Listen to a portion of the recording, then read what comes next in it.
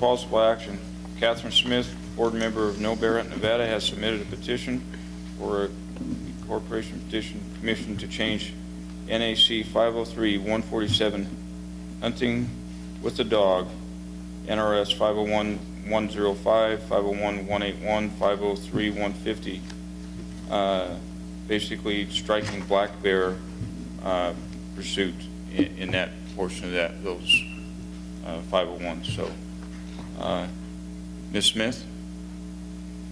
And just an announcement while Ms. Smith comes up to the podium. If I know there's a lot of new people in the room, if you want to testify, please provide a card.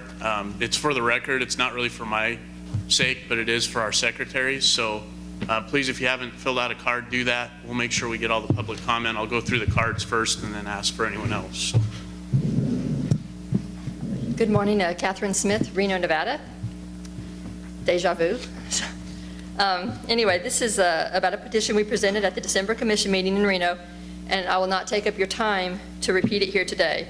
Also, not everybody who spoke in support of the petition in Reno could be here in Las Vegas.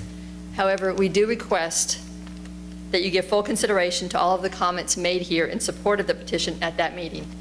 We will respond to any questions you may have. At this juncture, we await hearing your deliberations and decisions concerning our petition. Thank you. Thank you.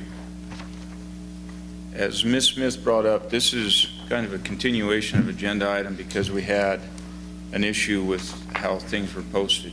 I have reviewed the tapes from that commission meeting, so I know what the public comment was.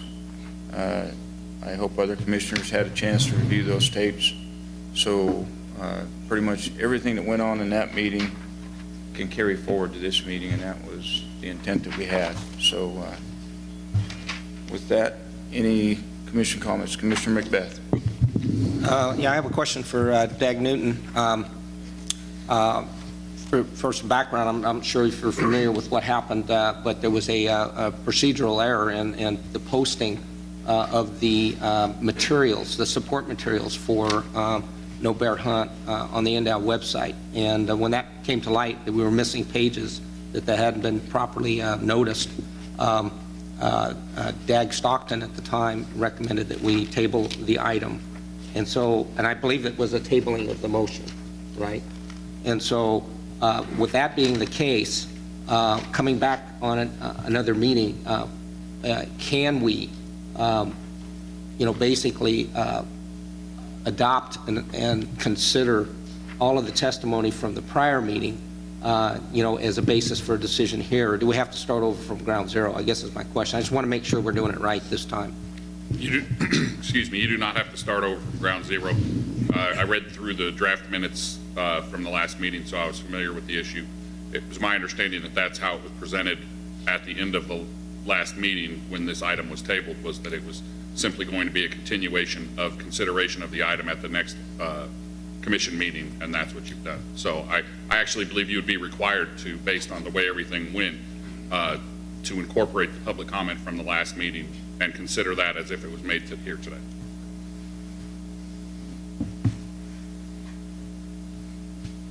But with that being said, we have different individuals present. We open back up to public comment. We consider the comments that already been made, but we open back up again for continuation of public comment. Correct, because you're required to take public comment before you take action on any item in the manner that you guys run your meetings.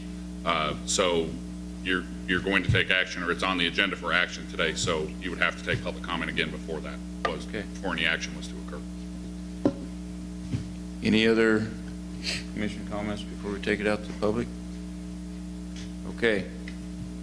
The first card I have is Mike Smith, and everyone will get 3 minutes. I'll tell you when there's 30 seconds remaining on your time limit, unless when you come up to the podium, you announce that you're representing a group. So, Mike Smith, and please announce for the record your name as well. For the record, Mike Smith, Reno, Nevada. Thank you. Thank you for being here today. I won't repeat what I testified at the last meeting. I will add a couple things. First of all, I'd like to thank Chairman Rob. We had an opportunity as, the No Bear Hunt Board and myself kind of working as a liaison with them, with a group of houndsmen in this state to try to reach a reconciliation agreement on this. We actually gained traction, but then when some of the, I think of the word, hunters groups, some of the more extreme zealot types got involved, this all fell apart. And that's kind of what happens whenever you try to compromise with people that are that far to the right, or left for that matter. But I want to thank you, Chairman. You certainly did what a true leader would try to do and bring two sides together on an issue like this. As controversial as hounding for bears is. The bear hunt is a toxic asset. It's spilling over into areas that I think some of you didn't even think would happen, and it's going to continue to do that. I recently learned on Tuesday morning when I was reviewing the audio from our Washoe cab. Apparently law enforcement's concerned because houndsmen are up in the bear hunt zones now with a mountain lion tag in their back pocket. They're out there at night. So they proposed changes there that I'm sure, that I know is on the agenda as well. But these are real concerns, and that's why we're here today. I won't even go into the details of the brutality of what happens out there with hounding for bears. It's not hounding for lions. It's different. And everyone knows that. Those of you that have lived here your entire life know that. This group has never, ever come out and said they're after anything other than protecting that bear. And that's the way it's been from the beginning. There's a lot of lies going out there. These houndsmen that were trying to talk to us were told that we said if you took the Tahoe Basin out, we'd go away. That's a lie. Every one of you know that that's up there because you've been paying attention. And these guys will stoop to no level. The ends justify the means, it doesn't matter. The problem is they're living in 1983. They're not living in 2013. And that's my concern. And that's why I want you guys to really focus on the future with this. This is not some cut and dry thing that you don't have to worry about what goes on in Carson City. You got the votes, you don't have to worry about it. This is a real issue. It's a national issue, and it's something that really needs to be considered. And if you care about the wildlife in the state of Nevada, if that's your main concern, and that's why you sit here, and you want a balance between what the department provides you, what the cabs provide you, and what the public provides you, you have to make decisions on those. And if you don't like that model, then you're going to have to change the model and cut the public out. 30 seconds. Do whatever you have to do. If you want just Nevadan sportsmen to run the show and have all the say, do what you have to do. Whether you don't accept Pittman Robinsons, you don't accept any federal funds, you just fund it all yourself, and you can close the doors and somehow convince the public that it's your wildlife. And you can do what you want with it. You don't have to listen to anybody else. But I don't think that's why you're commissioned to sit here. You're commissioned to sit here to lead and make real decisions about the management of wildlife, not about someone's so-called right 3 minutes. to hound bears. I've read the Constitution. I don't see where it says that. Mr. Smith, we're at 3 minutes. If you Thank you wrap very up. much. Thank you for your time. Thank you. Hank Coombs.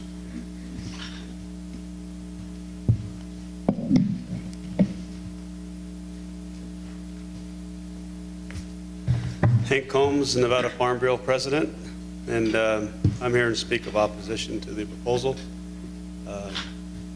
As many of you know, Nevada Farm Bureau represents farmers and ranchers throughout the state. We have nearly 20,000 members. Our grassroots efforts, our policy comes from the county level all the way to the state, and we adopt it. We have a lot of different philosophies and ideas on our policy, and we come to agreement, and I believe Darrell Purcell read the policy into the minutes last meeting, but basically we support management of black bear and the use of dogs to do that. So that's our testimony. Thanks for your service. Elaine Carrot.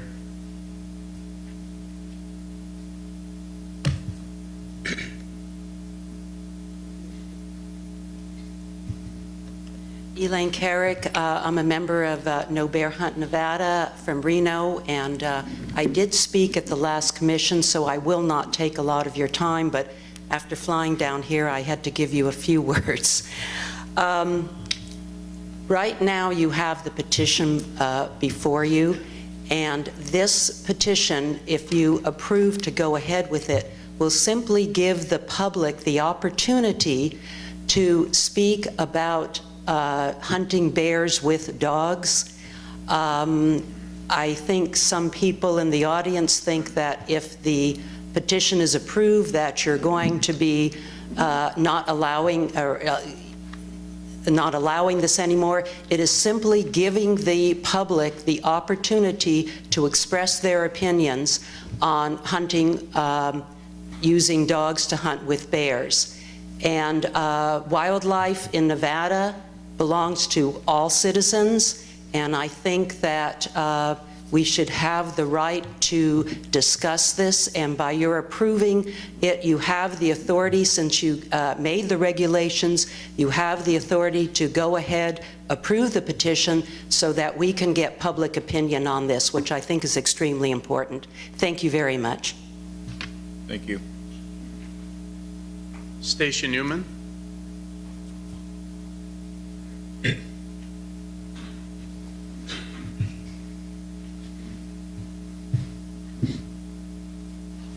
Good morning, Commissioners. Stacia Newman, Nevada Political Action for Animals President. I'm here today in support of the petition. Hunting with the dogs has been banned in several states and is a disgrace for Nevada to allow the hunting method for bears. Dogs used to hunt bears are outfitted with the GPS collars and radios that the hunters simply wait for the bear to be treed by the dogs and then come up out of their trucks and shoot the animals out of the trees. Bears can still be alive when they fall from the tree, and the dogs rip the bears apart when they're still alive. This is not acceptable for the citizens of Nevada. Hunting dogs are also injured in the hunting process by bears desperate to escape from the dogs. My opinion comes from firsthand experience. I was brought up on a farm most of my life, and from the age of 8, I cared for hunting dogs from the local hunters. We had a very, very large farm, and many of the local hunters would keep their hunting dogs on our property. My job was to care for over 30 dogs kept on our farm. Many of them came back from the hunts injured. Some didn't come back at all. Even though I was very, very young, most of the injuries were on their heads, shoulders, and many of the wounds became infected. My job was to help in those days because there wasn't a lot of vets available. I held the dogs while my grandmother lanced their heads and drained the pus from the wounds. This is a very brutal practice, and the dogs are in danger in many of the situations. And I think it's critical that the Commission require that hunting in Nevada is conducted in an ethical manner that requires fair chase and in a way that does not inflict excessive cruelty upon our wildlife. It's one thing to kill animals quickly and painlessly, and it's quite another to terrorize and brutalize animals to death with dogs over the course of hours and even days. Many states don't even have the hunting with the dogs. I have a couple of photos here that I just wanted to share. You know, it's a very brutal practice, and this picture here, I don't know if you can see this, but ripping the bear out of the tree. I mean, if you don't consider this brutal, I don't know what is. This is another circumstance. The bear is standing up on its hind legs and very dangerous, and just to show an example how quick things can happen and turn, is the bear. One dog is down here attacking the bear's leg. This dog is actually lifted off the ground, and his face is in the mouth of the bear. So I'm asking the Commission to please ban this practice of using the hounds. Thank you. Jana Wright.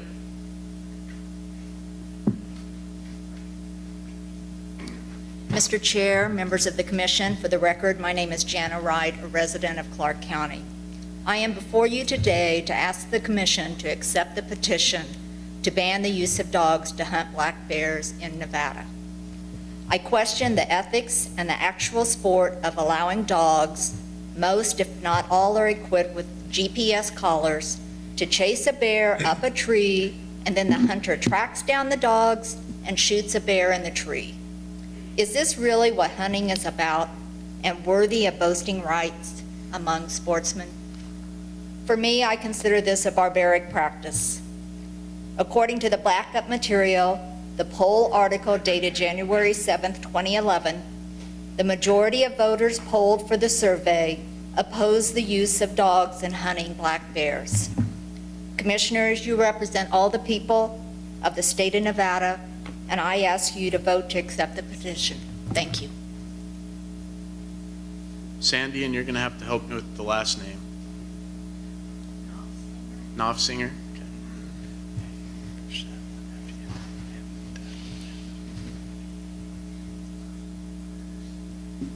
Hi, good morning, Commissioner Robb and Commissioners. My name is Sandra Knopfsinger, and I've been a lifelong resident of Las Vegas.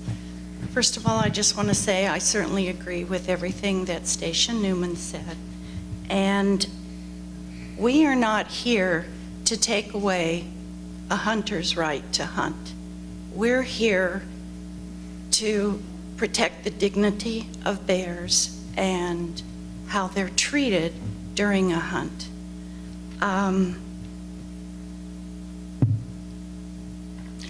Just want to say that the definition of sportsmanship is conduct becoming to one participating in a sport, i.e. fairness, respect for one's opponent, and graciousness in winning or losing. My question is, where is the sportsmanship in hunting a bear that's been tracked by a dog with a GPS collar? Thank you. Gil Yannick?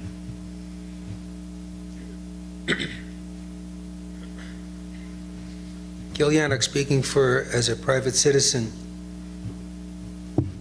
I think it's pretty good to have people come up here and talk about what's fair, what's right, what sportsmanship is all about. The majority of these people may never have been on a hunt and don't understand what a houndsman or people who have hunting dogs, how much they care about the dogs. And yes, I will not deny that there are times when the hounds get hurt, step into a hole, get swatted by an animal. But, you know, they try to do the best they can in training to be able to keep the dogs from harm's way. Sometimes it's just impossible. Sometimes hunters get hurt. Hunting chukar, hunting deer, hunting any game animal. So to penalize people who have spent lifetimes training dogs to hunt game, regardless of which game it is, you know, because if we start with eliminating hunting bears with dogs, what's next? There's going to be mountain lion, going to be chukar. You know, you've got to kind of think about the people who participate in the sport, why they do it, and as I'm sure you heard at the meeting in Reno, the people who have hunting dogs and use them for bear, this is not something, they don't want to see their dog hurt. I wouldn't want to see any of my dogs hurt. They're family, and you care for them greatly. So to outlaw this, it seems like you're going to start up a slippery slope, and I don't know where you're going to wind up if you start with just eliminating, you know, hunting bears with dogs. So I think maybe the petition is a good idea, maybe to find out and get all the information on the table, and for the commission to make an informed decision as to whether or not they're going to permit the hunting of bears with dogs or not. And I agree with some of the petitioners. You know, they brought it forward. The only way this is going to get resolved is to let it go forward and take a vote on it, and let's see what the right thing to do is. Thank you. Olivia Townsend?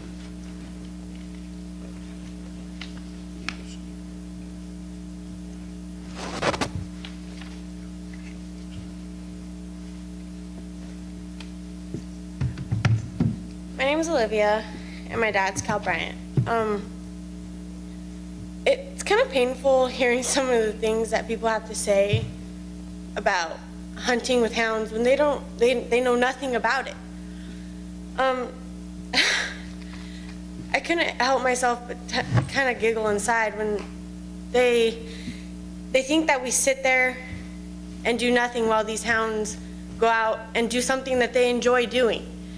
We we don't just sit back and just watch them run the cats, the lions, anything else that you hunt with.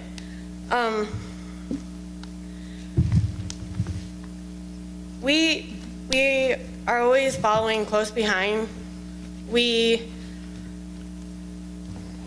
It's hard to explain, but we're right there, right behind them. Me and my dad, we had to hike down a straight up and down rock cliff, just as the dogs did. And my dad slipped, and it was scary, but we're fine. The dogs do the same exact things. And I was reading on the internet, a lady said, that the website was the NBCSanDiego.com. So it was in California, but she compared it to slavery. And I posted on it, and I said, you're comparing this to slavery. It's hunting. And I'd just like to say slavery was something that had to do because our people were racist against those of another color. Hunting hounds is nothing like that. It's not cruel in any means. These dogs are bred to do the things they love to do. Actually, we don't breed them to do it. We found these animals that originated from wolves. Wolves in the wild hunt. We work with these dogs, and we do things that we love. We both are, as humans, we're predators, and so are these animals. It's in our nature to want to hunt. We need the meat to survive and to be healthy beings. Ban hunting because you people think it's hurting the hounds or us forcing them to hunt or hurting wildlife, when in reality, we aren't hurting them. You see, here's the thing, rabbits eat grass, and coyotes and all the other predators eat rabbits. 30 seconds. Then we have the larger animals that eat them. God put animals on this earth for us to be healthy beings, and that's all I have to say.